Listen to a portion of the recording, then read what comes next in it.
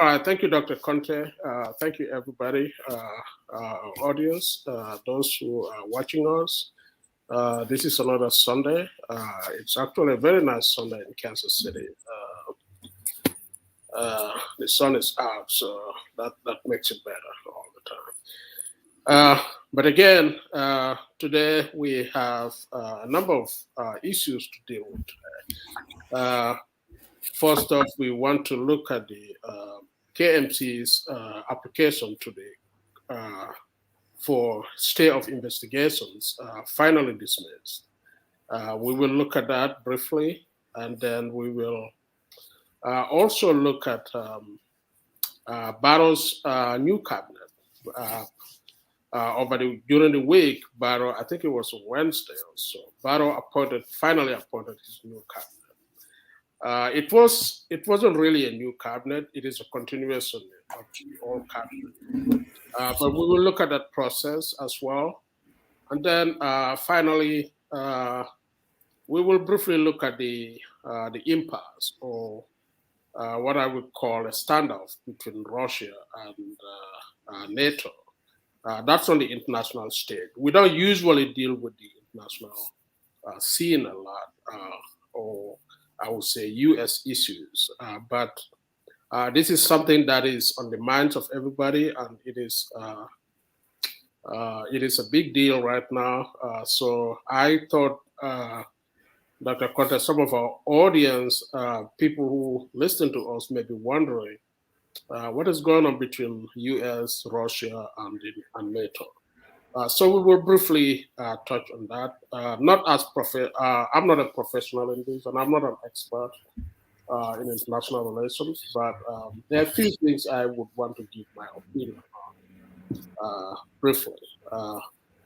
So first off, let's look at the KMC investigations and the court application that they filed. Dr. Conte, I think most Gambians are aware that KMC filed an application to the court for stay of proceedings of the investigation that the Ministry of Lands started on the municipality.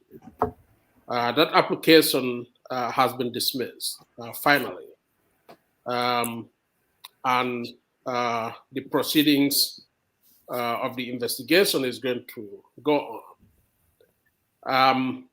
In dismissing the application, the court cited two cases, two precedents.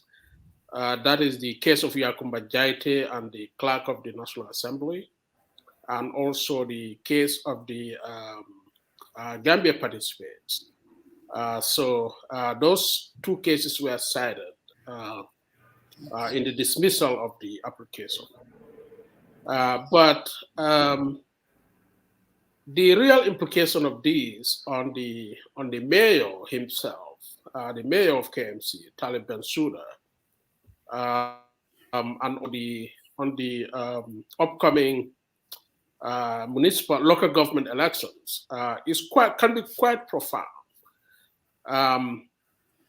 This is an evolving issue, but it looks to me that this investigation could be very implicative for the mayor, and also could be very ugly for the municipality.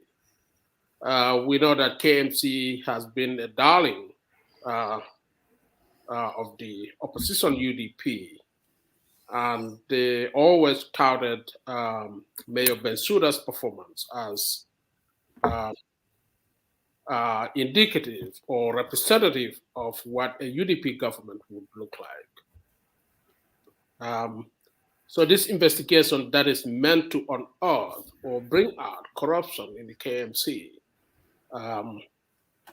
with regards to the CEO of KMC and also the deputy mayor, an alleged cover-up by the Mayor Bensouda himself, could be very implicating and could have very lasting implications for Mayor Bensouda's political future, and also the prospects of UDP itself in the upcoming local government elections. So that is quite interesting. We're gonna see how these investigations unfold, what it is going to bring out in terms of implicating the mayor and the uh, and the prospect for UDP's own image and popularity in the country. Dr. Conte, what do you make of the fact that the municipality lost this case in the sense that their application for stay of proceedings, stay of investigations has been dismissed? Considering that this come on the heels of several losses in the courts for UDP itself. They had just lost the election petition and the also the petition to the motion to have the court's decision on the dismissal of their case reconsidered. So this is adds to a series of losses that UDP as a party has suffered recently. Um, what do you make of this, Dr. Conte? Well, since our law is based on British law, which is common law, and if there were prior cases, those prior cases can interpret the outcome of future cases. So as a result, the court, ruled in favor of proceeding with with the investigation. But when we also look at morality and ethics, because ethics can differ what's law, what is right on the ethical principles, may not be actually right on the law. But we all know that our country, in the Gambia, people glorify folks who steal from the government. And if we have to be serious about fighting corruption, because we cannot eliminate fraud or corruption, but we can minimize it. So I welcome this investigation. But to add substance to the investigation, I think the Ministry of Local Government should expand in the investigation of all the councils, including Banjo, because folks will now render that it is a political witch hunt. So to be fair to KMC and the UDP, I think the minister should expand. And also, I know that local government, that's their area when it comes to when it comes to the municipalities. But if we also are serious, the corruption scandal at the Ministry of Health should be investigated. And also with what they are doing with the tourism board, I welcome that, that to take place. But Parliament is the one calling, who was the one that called the minister to present himself. How come Parliament cannot also act on calling on Talib Bensouda to ask questions, if that's gonna be the case? But I'm not a lawyer, but I'm looking at fairness, and also with the Gambia petroleum scandal, the government should, because the team came up with some findings about what happened there. I also believe that the case of Dr. Banja, who was the lone victim, in a sense, in my view, that the Minister of Fisheries was also involved, but you have the permanent secretary, if I'm not mistaken, still languishing in jail. Right. So, and this reminds me of years when I was in high school, where certain privileged people can steal from the government, and they can send them to Mile 2. They have mattresses for them to sleep on. And when they get out of prison, somebody will come with a brand new Mercedes Benz to pick them up. Right. So we still have those things in place. So even though I support NPP, I am not going to sit down and accept fraudulent activities, corruption, and try to say, well, I support this political party. I shouldn't say anything. Because if you look at corruption in its nature in the Gambia, it's depriving a lot of kids from what they're supposed to have. Mind you, you know that the government still doesn't have money to feed Gambian school children annually. We have to depend on the World Food Program to help us, and I believe they have already suspended their program in the Gambia.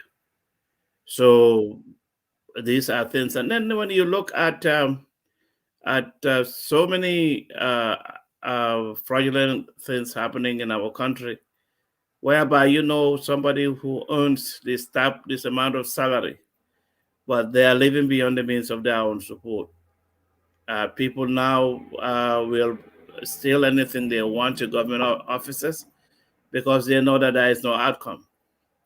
Under Yahya Jammeh's leadership, we call it dictatorship. Even for you to even have a private party, you have to curtail it because Jammeh will know. Right. So if I wish Mr. Chor is here, because I want to be fair as much as possible, to say that when it comes to fraud, misuse of government funds, what is the best thing? There are so many things that we can talk about. The other incident was at the Gambia Ports Authority, when they say that they're going to refurbish two ferries.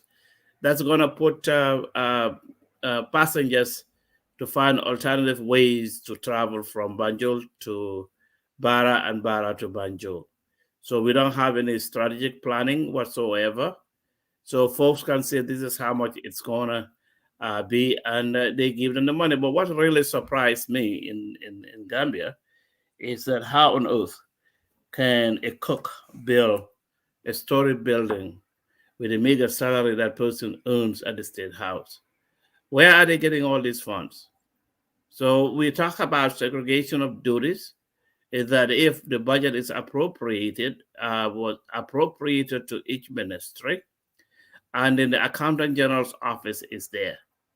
What I never understood in the Gambia is how come officials in many, even including the permanent secretary, they can have free access to money that they can use for personal use. And this is something that we have to debate. This is something that we have to talk, because citizens are denied services and only a few are enjoying. It is a rat. Sometimes we blame the president. I am going to I'm going to defend the president on this.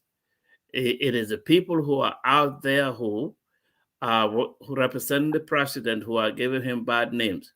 These are people who are out there profiting themselves, because you look at we have news about a certain minister who bought a $500,000 house in Miami, Florida.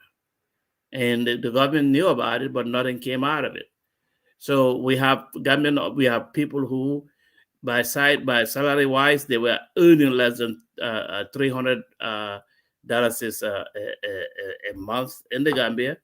Now these people can pay off their mortgage in the United States. So what is happening here is that those parasites who ran to Gambia to take positions with the Barrow administration, they will tell you, if someone is against corruption, they will tell him that this person is against your agenda. So this is what we have. So they are there for self-serving needs.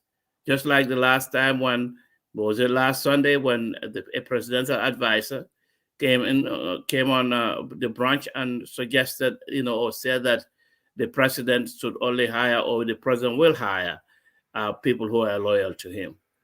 what I never understood is that how will the president come up with all these programs if those programs or policies were not interpreted to him by certain people?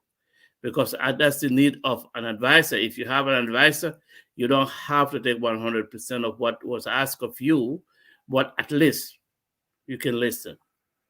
So what we have here in the Gambia is that I guess we're going to have another commission, but for the life of me, because someone told me that he's so surprised. Gambians who left diaspora to go back home to work in the government, he told me that they are more corrupt than the ones that they've met there. This is very sad. Really sad that when you look what we need to do in terms of paying, feeding the school children in the Gambia, when we look at the salary range of people in the Gambia, when only a few people will sit down, those who are at grade 10, 11, and 12, those were the ones who made decisions. And now we want to try to increase salary exponentially by 256%. And when you say something like that, they tell the president, this person is against your agenda. So I think we need to open more dialogue, particularly with the branch, because I hope you and I can meet with this gentleman because I think it is disservice for Mr. Cham to only to interview a presidential advisor without reaching out to other people to hear their opinions on what needs to be. Unfortunately, in the Gambia, if you are an intellectual, people will castigate you, which is sad because here in the United States, most of the policies, before they can take effect, professionals are called to give their professional opinion. But unfortunately, in the Gambia, if you have that,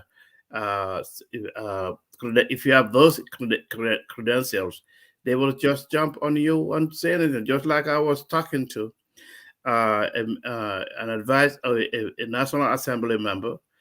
I told this person, what is the essence for you to be looking for 2013 financial statement when we are in 2018? I said, in accounting, we talk about periodicity principle, but we're talking about timeliness of information. That is one of the secondary characteristics of financial reporting.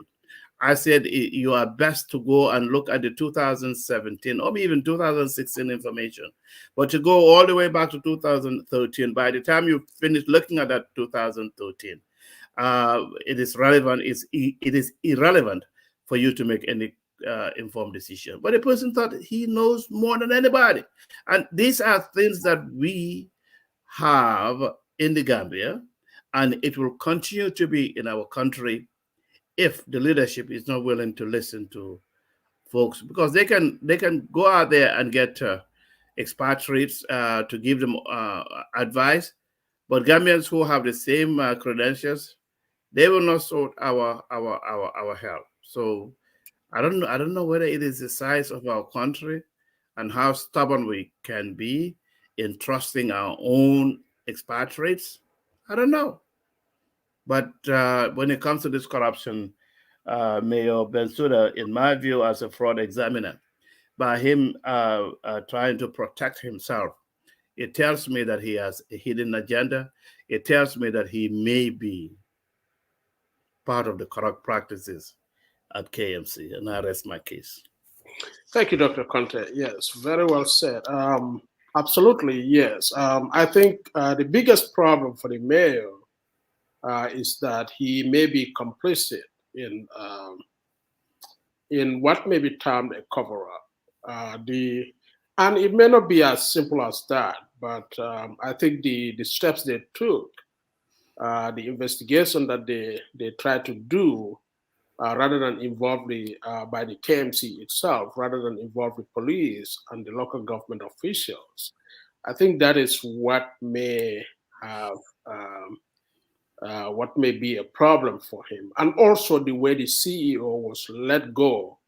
He was allowed to resign after committing those alleged crimes, rather than firing him and reporting him to the police for the investigation. So those might be allegedly those might be arguably called a cover-up, but we'll have to wait for the full investigation to come out. To go back to the dismissal of the KMC's petition by the court, in citing Stereo's decisions that the decision must stand, as the legal professionals would call it, the court cited the previous cases. And then it says that the Supreme Court had made a determination in previous cases that the court cannot restrain government, the state, from taking such an action. So that was the basis of the court's decision to dismiss the KMC's application. But like you rightly said, in the case of appearance on Kerfatu on the branch with Lamin Cham. Cham is a very good journalist, and I have enormous respect for him. I think he is very, very good and has quite an experience. I first met Cham when I was at the Gambia College. He came to cover of, I remember I was I think I was vice president of the production, vice president of production of a student company then. So Lamin Cham came there one night to cover our activities. That was the first time I met him. He was a young reporter then with the Daily Observer, I believe. And so he has quite an experience in journalism and reporting.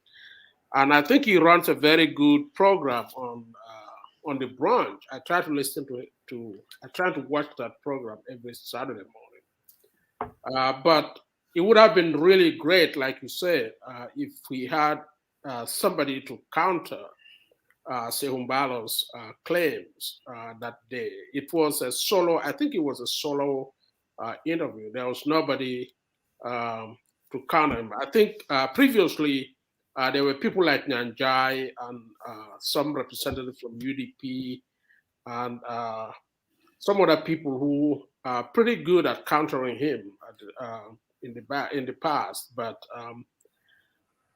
I can understand this is then the enthusiasm about in the opposition was high. Now the opposition has withered away pretty much. UDP is laying very low. So there's not much opposition to the voices of NPP now, but it would have been really great if we had somebody on the panel to counter Sehumbalo. Dr. Conte, you talked about we were going to mention the investigation, and let me say this, I totally agree that the National Assembly should really, I tend to have more faith and trust in the National Assembly. I only wish that they would assume more of their powers, investigative powers, and call more of these people and grill them, and testify and ask them questions, hard questions at the National Assembly to probe and get to the bottom of some of these compelling issues that are going on right now. And I watched the questioning of the former head of the GTB, Gambia Tourism Board, who is currently, Mr. Hydra, who is currently residing in Nigeria. I think he works at the Gambian Embassy in Nigeria. I was thinking at the time, Dr. Conte, when I was watching these interrogations, I was like, we need to have more lawyers at the National Assembly. The kind of questionings, and I have to say, this DOI candidate, Swaibu Ture did a fantastic job trying to grill this guy. But, so far the questionings are very, very unsatisfactory to me. I think we should have more lawyers. I wanted to see more of cross-examining type questioning. get to the bottom of, ask questions that will get to the bottom of this, very probing, and try to do some more fact particularization to elicit the information out of these people. But so far, I wasn't very happy with the questioning at the national. I didn't think it was very pointed questioning. And also at the last end of they allowed this guy to sit there, kind of rambling, about stuff that are only self-serving, about how the GTB, Gambia Tourism Board, what they did, the spectacular things they did. This investigation is not about that. I don't know why they sat there, let him ramble and talk about all that crap. That, I'm sorry to use that word, but those self-serving statements and all that are totally irrelevant to this investigation. This investigation is about corruption and what they did by canceling the previous contract and entering into a new one that allegedly put money into their pockets at the expense of the Gambian people. This is what the investigation is about, and all the questions and responses should be directed only to that, not the self-serving statements he was trying to make at the tail end of the investigation, and all the deputies, National Assembly members were sitting there listening to him, wasting time. I don't know what is the purpose of that. But I think there's a lot we can do better in these things. And investigations, I agree, should be expanded, into all these areas like the Ministry of Health.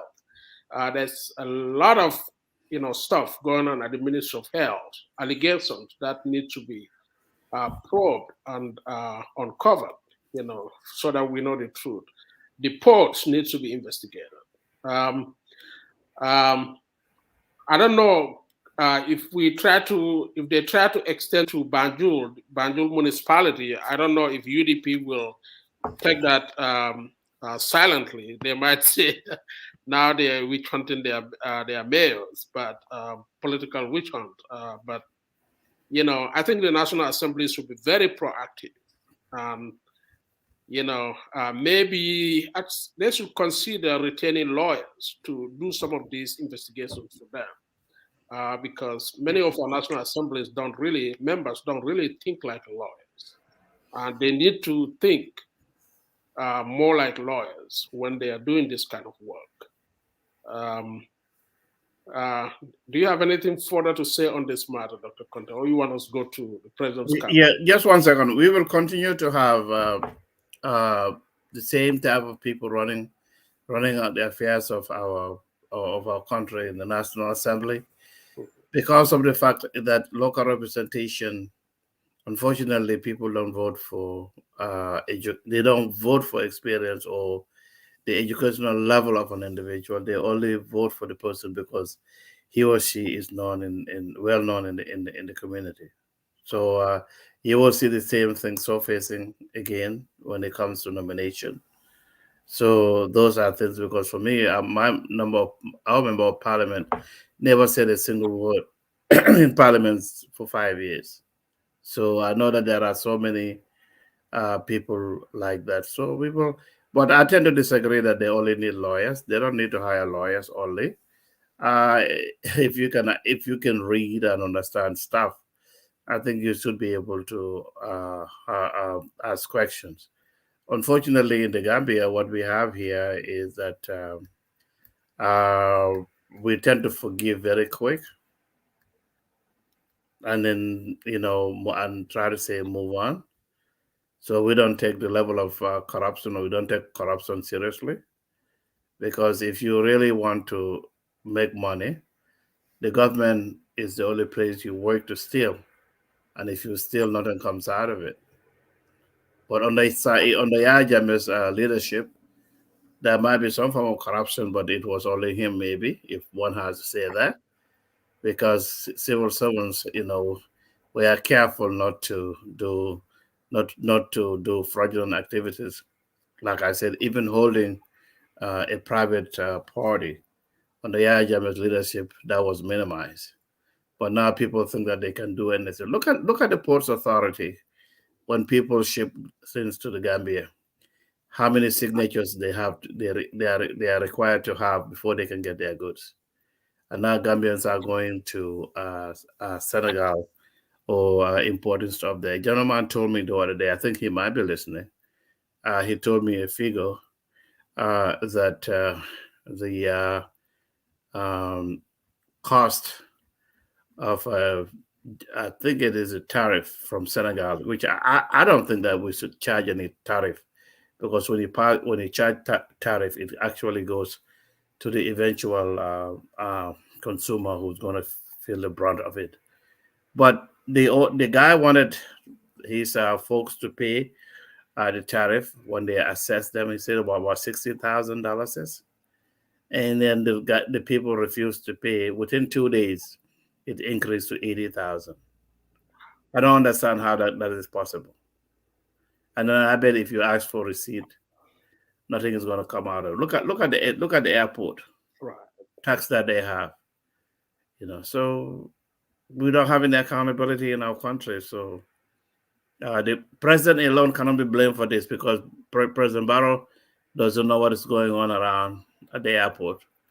I bet he wasn't in preview of what happened at the border for people to bring in their goods, and how these people can say it's 60,000, and then they can turn around within 48 hours and increase that to $80,000. So that's it. So this is not about the president. It's about our attitude as Gambians. We tend to be very corrupt, and we believe that Niman Kodo Sunya Itaba Manfuta. Iba Manfutu. So that's the mentality in Gambia. But if the president starts locking them up, let them go stay in that place for 72 hours.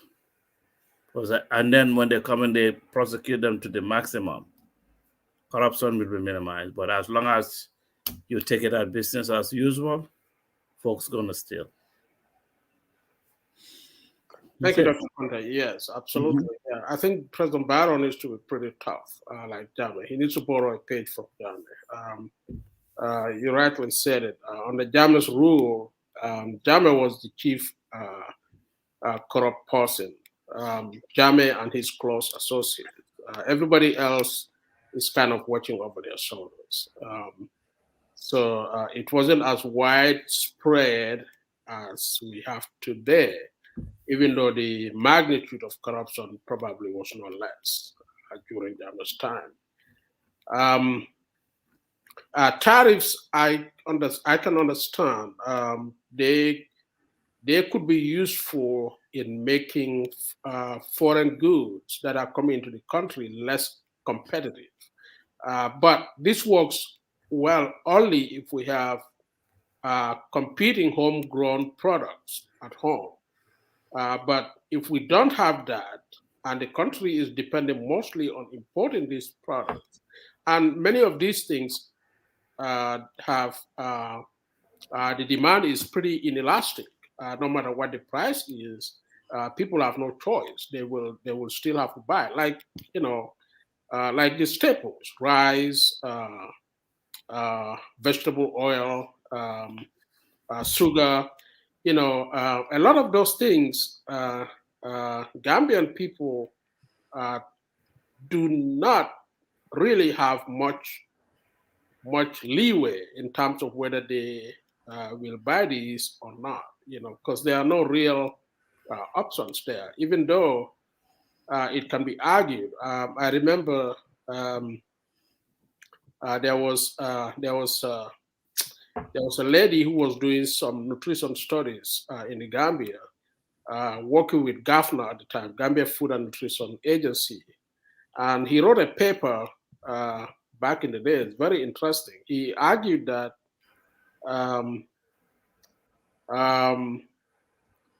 there is hunger, food shortage, hunger in the Gambia in the face of food surplus. And I thought that was pretty, I think I'm just paraphrasing, but the idea was that, he argued that there is plenty of food in the country, even though most people are facing food shortage, food deficiency. And the arguments he was trying to make in her paper at the time is that Gambians are largely fixated on rice, consuming rice. There are a lot of other options, but for the average Gambian, they ignore all of these different sources of food, nutrition, and basically eat a small variety of diet, on a daily basis. So that was the crux of our argument, and I found it very, very fascinating and interesting at the time. And this may largely be true still in the country. So we need to diversify, and above all, local production needs to ramp up. Minister of Agriculture. I was looking at a paper today in the news about Chinese Department of Agriculture Department released their 5-year plan about the what is going to about the future of agriculture for the next five years in the country, and it's very fascinating. They are about to revolutionize the meat industry there, and so Gambian Minister of Agriculture in the Gambia should also find ways to revolutionize agriculture, food production in the country, and probably nutrition itself. I think we can influence Gambians to eat diverse agricultural products, not necessarily only those. Currently, we have a lot of imported stuff in the country, even poultry and most of the things that Gambians consume now are actually from the supermarkets, and they are imported into the country. So that is an area Gambians need to look at very well as well. Dr. Konda, we probably would like to move on to look at President Barrow's new cabinet that he appointed last Wednesday.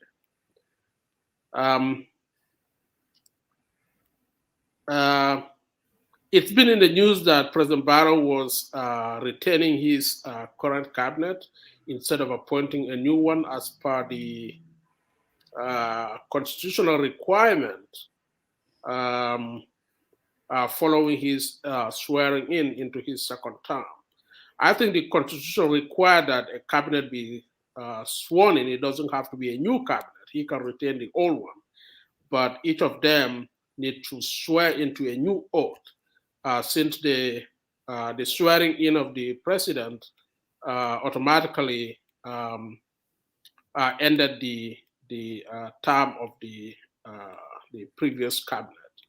The cabinet automatically are dismissed as soon as the president swears in. So he had to have them swear into a new term. Which he did, but I understand that the law required them only to swear to allegiance, not necessarily the oath of office this time, and also the oath of secrecy. Just the oath of allegiance is what is required, and I believe that's what they all did. And I also understand from the statement of the Minister of Justice, Mr. Jallo, that the Vice President is exempted from this swearing in. He doesn't need to swear, take an oath again for the second term. I think by and large it was great. It was a good event. The president made his speech at the end of it, congratulating the new cabinet. I mean, it's the same people, but they have taken a new oath. And he he thanked them for the great work they did during his first term in office. But I have to talk about Mr. Hamad Bar's appearance at the at the swearing in. Hamad is quite eccentric when he showed up at the swearing in with his. Did you see his hat? No. It was very interesting to me. He put on a hat which is quite like gyneco hat, like a cattle herder, and you know it's quite interesting. I think he was making an argument. Hold on 1 second, Dr. Kote. Go ahead.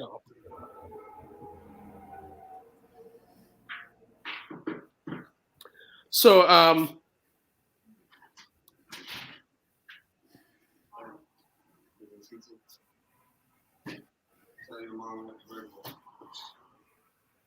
right. So yeah, that was quite eccentric to me. I think the argument is that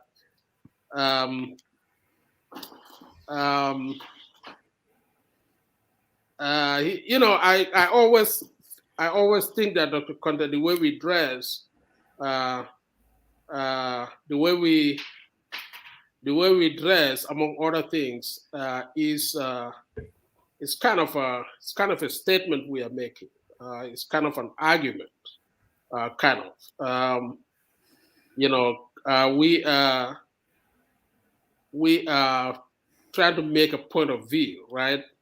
And I look at Ahmad Bar at that as somebody who is advancing a kind of an argument, advancing a point, somebody advancing a point of view. And he looks more like a gyneco. And I have to say this, Dr. Conte, my maternal grandfather is a cattle owner. They're Mandinkas, you know, they call themselves Mandinkas. But he is a cattle owner, and my uncles live a life more like gynecos. You know, they are all cattle herders. If you see my uncles squatting under the cattle milking, you would think they are Fulanis. You know, and my grandfather's home, my maternal grandfather's home, it's all about milk, you know, yogurt, you know, all that you would find in Fulani homes. And people used to come there to buy dairy products, you know, and they live a life like that. You know, my uncles used to, they were cattle herders, you know, they know all this stuff. You know, if you go to his home, you would think they are Fulani. The only problem is that they don't speak Fula, the Fula language. So I always think a lot of these things that we call this cultural thing that we attribute to certain ethnic groups, I think is it's not very much well founded. I think these are more like economic issues. You know, the way people live their lives economically is what typically reflect their attitudes and their approach to life and their appearances. You know, I always think about my grandfather's life, you know, as a gyneco, and my uncles, you know, all grew up like that. Later on, that changed though, because after he passed away, my uncle, they transferred the cattle business, herding and all that stuff they hired a herdsman to take care of the cattle. And so it's quite interesting. And I was watching years ago. I was watching this. There is this lady who did a research in Niger, about on an ethnic group they call it. There's a tribe there they call the Wadabi. The Wadabi are close relatives of Fulanis and Tuaregs. They are cattle herders. They are really nomads. They haven't settled down.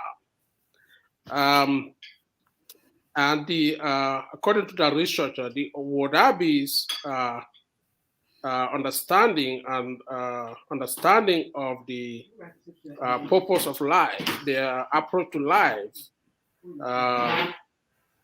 is that in the beginning, God created the cattle, and then God created the Wadabi to take care of the cattle. That's quite fascinating. It's quite interesting. It's like it's a very simplistic approach to life, but I mean, this researcher was looking at the Wadabi's cultural and economic life with respect to the environment, how they utilize their environment based on their understanding of their purpose in the ecosystem, and how that impacts the environment. And their lifestyle is very sustainable when you look at it in relation to what they take from the environment and what they put back into the environment. So it's a pretty interesting thing. So when I look at Ahmad Ba at the swearing in with his Gynako heart and stuff like that, it brought all these things into my mind as to what kind of argument he was making.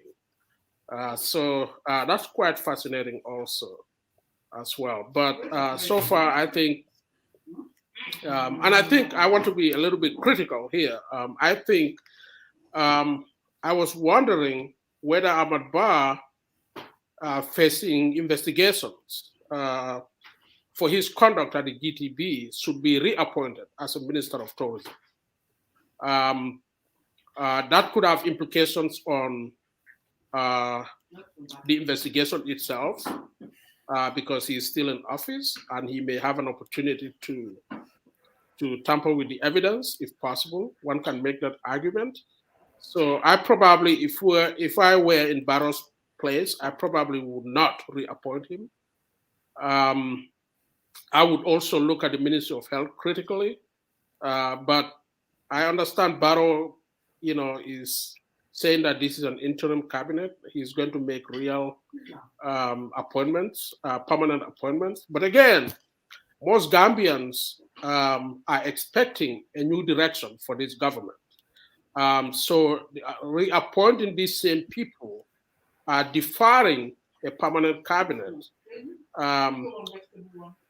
many Gambians are disappointed that we are delaying the transition to a new direction. I particularly, and I'm sure many Gambians, expected Barrow to swiftly take a new direction as to where the economy is going, as to where good governance is going, away from his first term. But it looks like all that is on hold now as he decides who to bring in and who not to bring in. Dr. Kant. Thank you. Well, for me, it's the president's prerogative to appoint the same ministers or even have an interim cabinet. Whether we like Hamad Ba or not, Hamad Ba diffused Mama Kande. And the president actually owes Hamad Ba a lot of gratitude. Let's just face it. Looking at Lower and Opanyomi and how the president performed, Jokadu, Opa Eliasa constituency, Sabak Sanjao, the Salums, Nyani Nyani, and going down to the Fuladus, Opa Fuladu, the two constituencies there, and Nyaminas, Jara Central, Jara West, and even Jara East. And so one can say, that I think Jara Central, Barrow won there. I think he lost Jara Kiang West and Kiang East, but the Kiang East loss was very, very, very close. So he owes Ahmad Ba a lot. I I just don't understand how you can have a contract and then to unilaterally decide to cancel the contract. And I would like to know the contractor so that the contractor can sue the heck out of them because we need to follow the law. So we don't have a tender board that is totally independent in our country. So ministers can just make decisions that will have ultimate effect on the outcome of what has to be. For us who live in Combo, we are very, very upset that the land law in the Gambia fully discriminates against Kombankas. And remember when we say Kombankas, whether you come from somewhere and you live in there, you are a Kombanka. Whereby the government can say that 800 meters from the sea belongs to the government, and the poor farmers or the poor landowners don't have that authority. Whereby you have the Faraba with the UTJ in Faraba, where the university took land without compensation. Social Security can come in and take land without compensation, and the environmental damage that is happening to our rice fields in Combo is something of concern to anyone. I grew up at a time when coming from Bakau to Serakunda, there were farmlands there. Now all of those places are residents.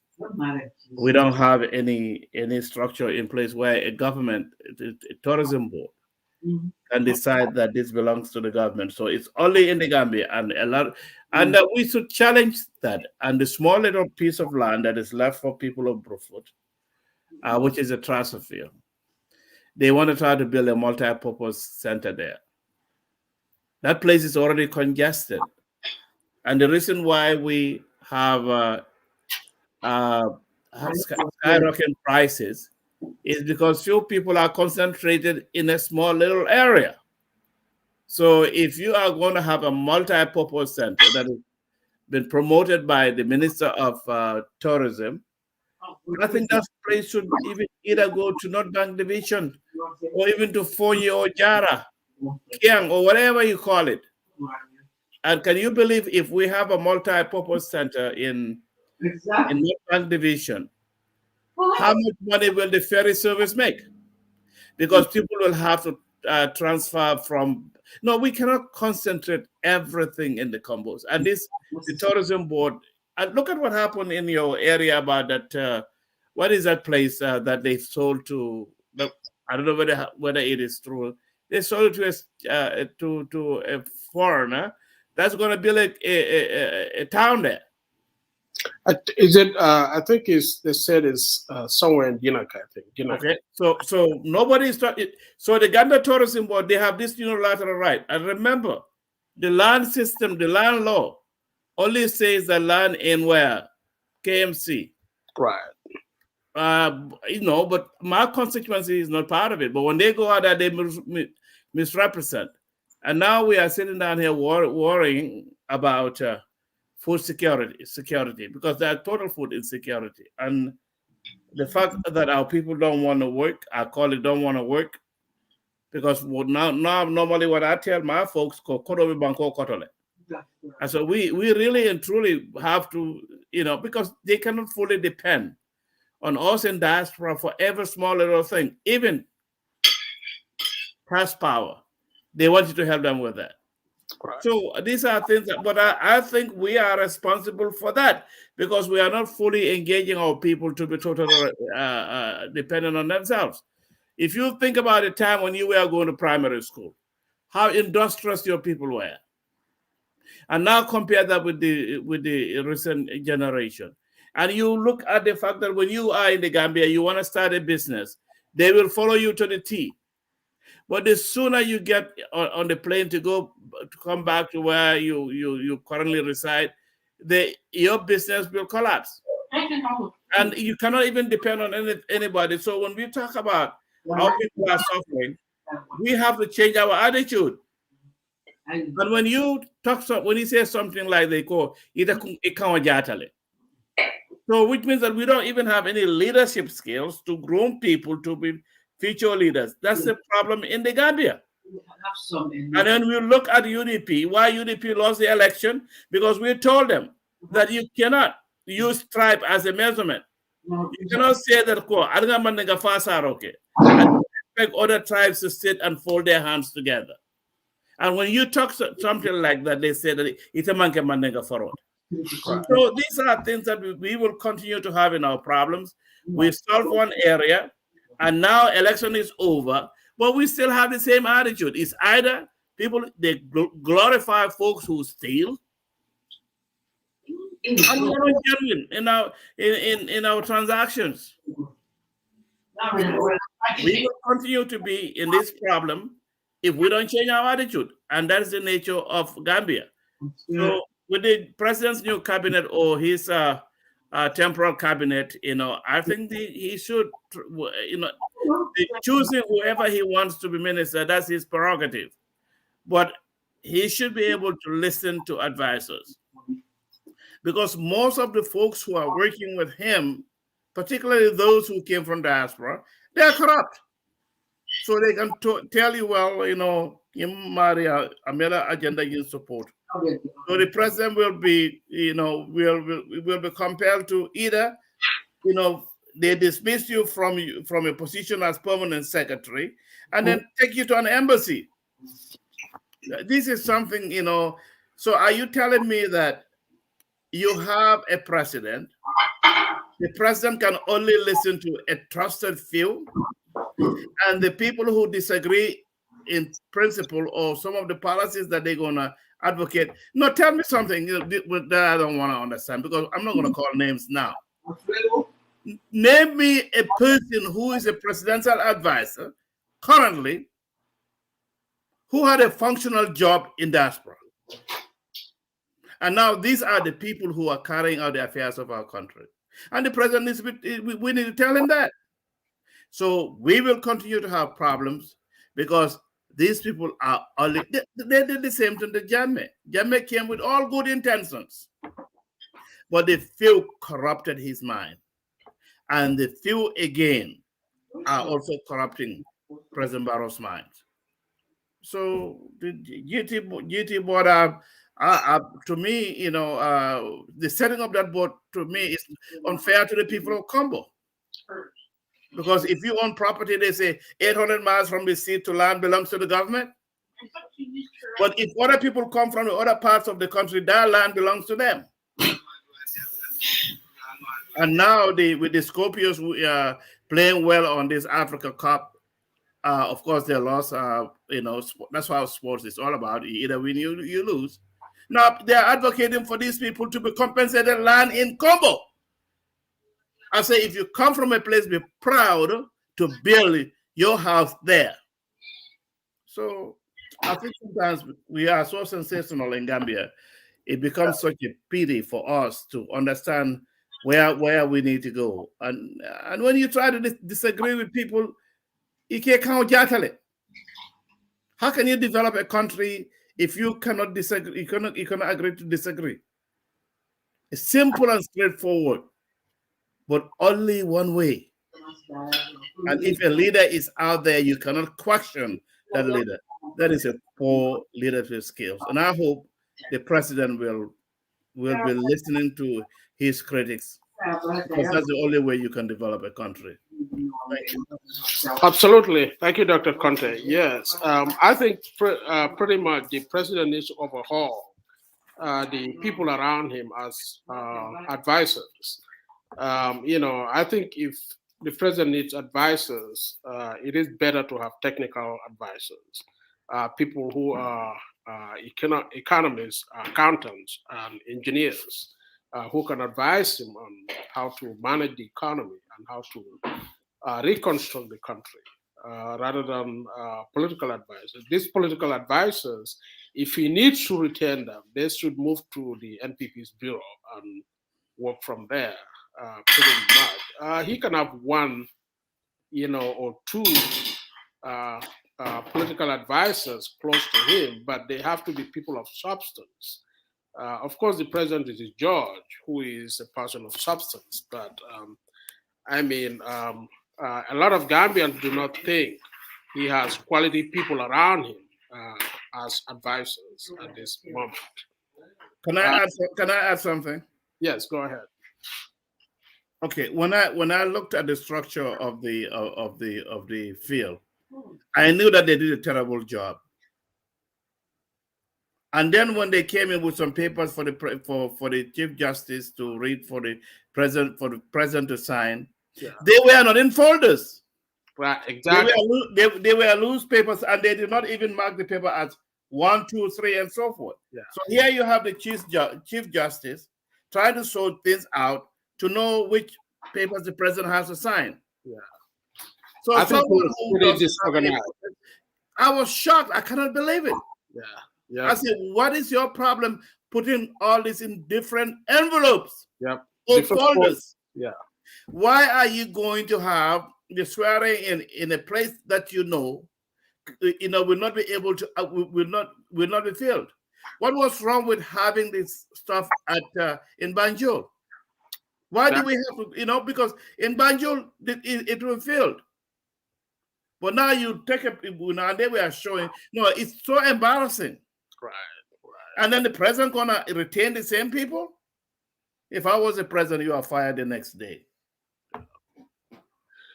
Thank you, Dr. Conte. Well, very well said. Yeah, I totally agree. I think it was pretty disorganized, to say the least. So those papers should have come in folders, properly marked folders, so that the process is pretty smooth and professional. But nonetheless, that's Gambia for you. So, Dr. Conte, I think we have exhausted this.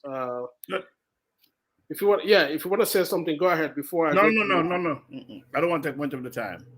All right. So I'm gonna talk about briefly about the international stage. Dr. Conte, it's been a couple of weeks, pretty much like the U.S. and NATO on one side in a standoff with Russia over Ukraine, and many of our audience, people who watch us, might be wondering what's going on. And I wanted to offer a few things on this.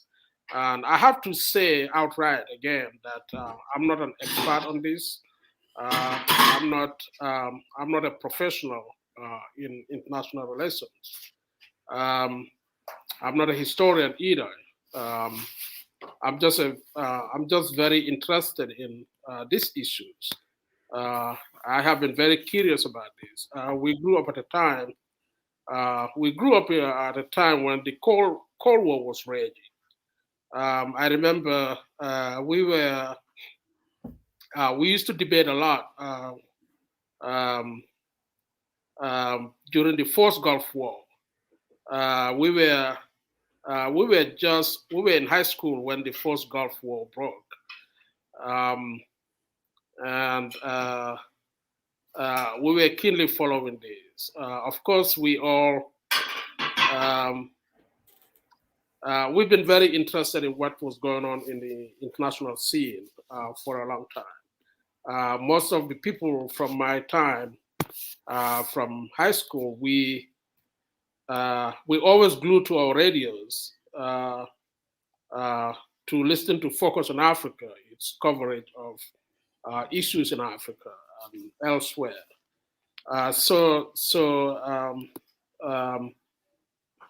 I've been quite interested in what's going on the international stage. But I want to say this about a standoff between NATO and Russia over Ukraine. And I wanted to say that this whole thing it's not a new thing. It's just an escalation of what has been going on for some time. One can say that this crisis is deeply rooted in the 1990s when the Soviet Union collapsed in December of 1991. We all remember when Gorbachev came to power in Russia with his reforms, political and economic reforms of glasnost and perestroika, and how that floundered, giving rise to Boris Yeltsin to power. Yeltsin had earlier left the Communist Party and formed kind of a democratic movement in Russia, in USSR. So Yeltsin quickly succeeded Gorbachev. And Yeltsin, of course, was an aging, allegedly alcoholic statesman and politician.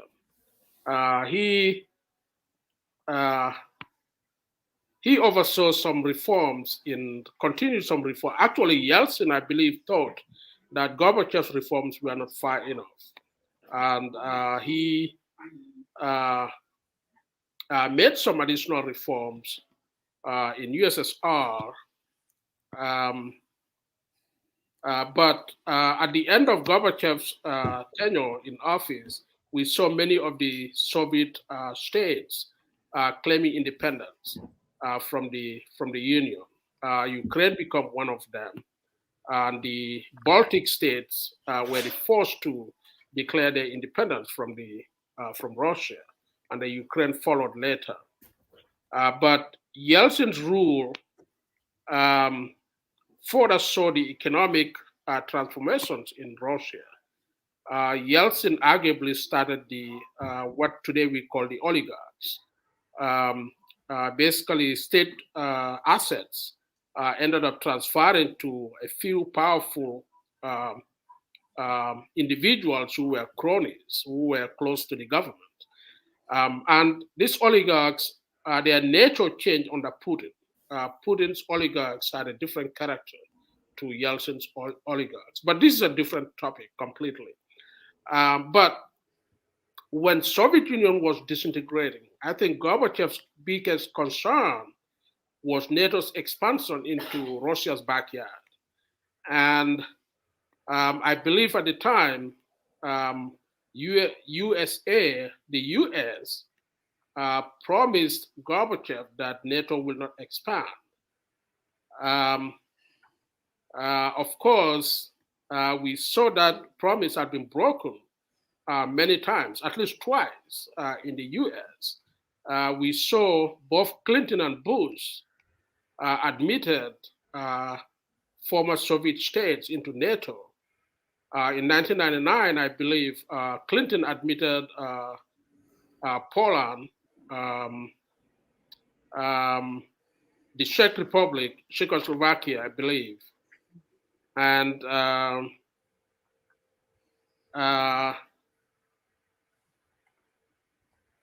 those two countries, at least, I think there were three countries from the former Soviet Union into NATO. And then later, during Bush's time, Bush admitted scores, I think about 7 of former Soviet states into NATO, including Romania, Bulgaria, and some other countries like Latvia, I believe. All in all, 7 of them into NATO, violating or breaking the promise that had been made earlier not to expand NATO into Russia's backyard. But NATO, one can argue, was created by the US. I believe it was in the records indicate that it was in 1949, largely to counter, to contain USSR, but also to subordinate United Nations, which was formed 4 years earlier after 1945, at the end of the Second World War, because NATO gave the US and the West, the European countries, an opportunity not to totally comply with UN's approach to resolving conflicts.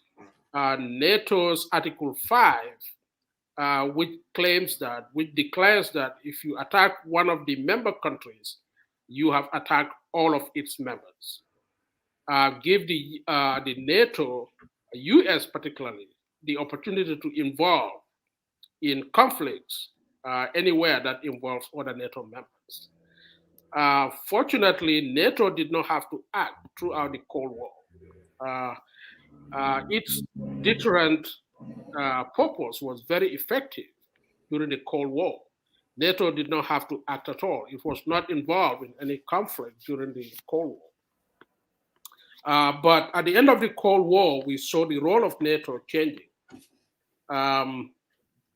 NATO became involved in conflicts in Libya, in Somalia, actually Libya, Afghanistan, and the Bosnian War, Kosovo, the war in Kosovo. Afghanistan can be argued to be legal, but many people believe that NATO's involvement in Libya and Kosovo were totally illegal because no NATO member country was involved in those conflicts. But Clinton is known to have addressed these. Clinton agreed that it was illegal for NATO to be involved in Kosovo, but it was legitimate. I don't know what that means, but we saw the evolution of NATO's function, NATO's role around the world. This probably, one can argue, goes all the way back to the first Gulf War, which happened just at the end of the disintegration, at the time the Soviet Union was breaking up.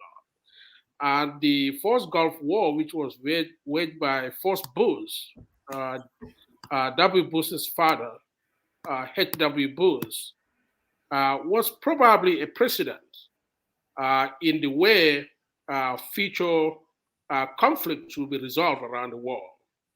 And that's what laid the ground for interventions in Libya, in Somalia, in Afghanistan, and in Kosovo. The president was in the first Gulf War in 1991-92.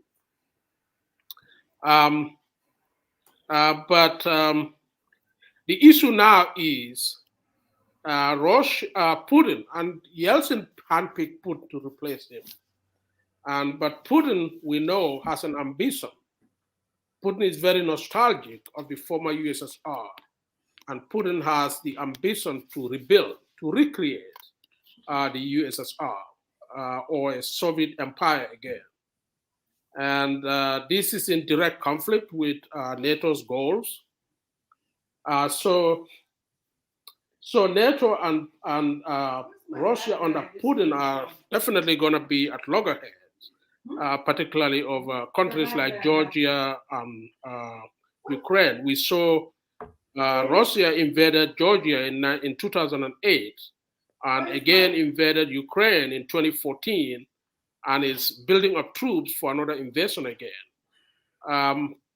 purportedly to prevent Ukraine's entry into NATO. And even though US has not made any promises not to admit Ukraine into NATO, but even if US promises Russia that Ukraine will never be admitted into NATO, can Ukraine actually believe in that promise? History would say otherwise, because the US has broken its promises several times in the past not to expand NATO into Soviet territory, Russia's background. So any promise that Ukraine will not be admitted into NATO, I think is something that Russia should not believe. Putin is poised to believe it because it looks like that's the agreement he's looking for, but I don't think that's going to be something one should rely on. NATO, in my view, Ukraine, in my view, ultimately is going to be admitted to NATO. So these are the two contentions right now. This is the main bone of contention between West, which we can say is U.S. and NATO member countries in Europe, against Russian interests, because Russia wants to see these states open for its grab. But again, we have to note that, Dr. Conte, even not NATO member countries are not completely on board on this, because the sanctions that U.S. is threatening against Russia, Germany is not very much on board with that. We know Germany depends very much on Russia for its oil and gas imports. And to some extent, one can say Europe depends a lot on Russian energy. But NATO, at the end of the Cold War, I think NATO's existence became very questionable. I think France was one country that was very critical of NATO's purpose and usefulness after the end of the Cold War. But again, the prospect of a unified Germany became a deterrent to abolish NATO. So NATO continued to exist, and its role is still changing. It's not only going to be, it's now going to be, its relevance now is going to be even more significant in terms of preventing holding up to Russian expansion into the former Soviet state. Dr. Conte, I think that's all I wanted to say about this conflict. It has to be understood from a historical perspective. This is not a new conflict. It is just escalating now. And there are a number of issues at stake for both US and NATO member countries, as well as for Russia. Thank you, Dr. Conte. I don't know if you want to add something to this. Otherwise, we can go ahead and wrap up this show today. We can. I was just looking at the map of Russia. Yeah. So the population of Russia and also population of Ukraine. And I think actually Ukraine is about the population of this size and population of California. Okay, it's 44. It's 44 million. Yeah, and Russia is nearly 30 times.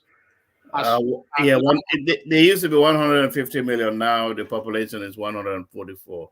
144. I remember I had a lady student from Ukraine, and what she used to complain about, they force them to speak Russian when they have their own language. I remember how she was very resentful of Russia.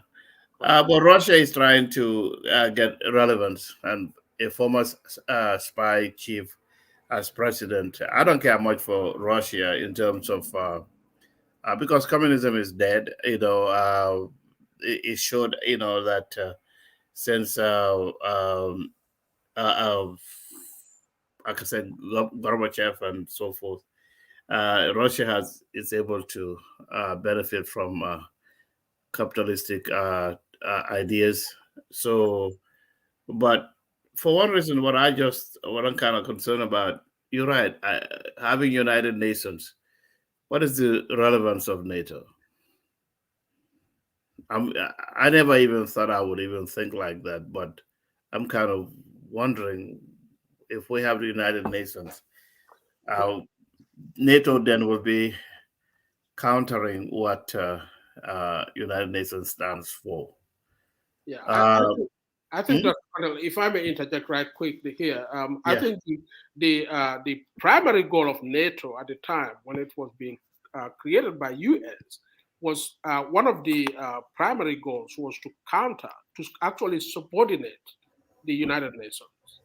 And if you remember when George Bush wanted to invade Iraq in sometime in 2003 or so, he went to the UN force and couldn't get UN consent to invade. So he couldn't build a coalition from UN. What what Bush ended up doing was building up a coalition of what he called a coalition of the willing.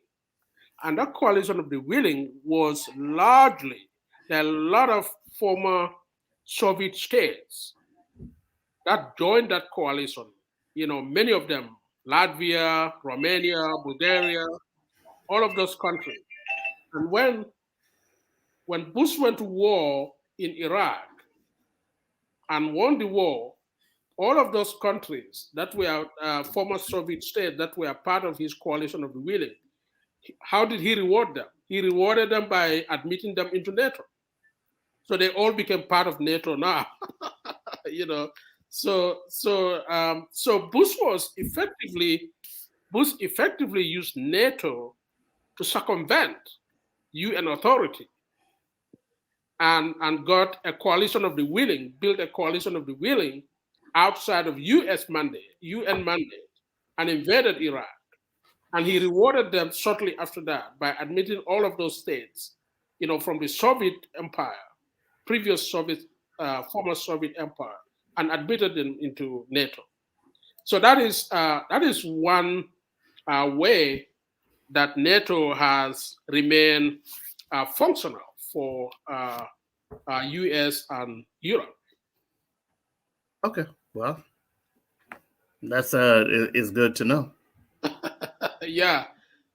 I think Bush made a very effective use of NATO, and later NATO was deployed to fight in Afghanistan. And even in 2011, it was involved in Libya during the push to remove Gaddafi in Libya. NATO was involved again, again violating NATO's own rule. So it is quite interesting. Okay, that's all I have to say on Russia. I'm not a fan of Russia, anyways. All right, thank you very much, Dr. Conte. I think we've spent quite a bit of time here, so we're going to end here. Okay. We'll meet again next Sunday. And thank you very much for being here with us. Yeah. Thanks for your historical perspective. Thank you. We'll meet again Sunday. Take care. Bye-bye. And again, to our audience, this video was being simultaneously streamed on YouTube. Again, send us your comments and your views, your arguments, whatever you have to say, your suggestions will be greatly appreciated. If you go to YouTube to watch us, feel free to like our video or send us any comment you want to do. We thank you for everything. We'll meet again next Sunday. Thank you. You'll be good. All right. Bye-bye.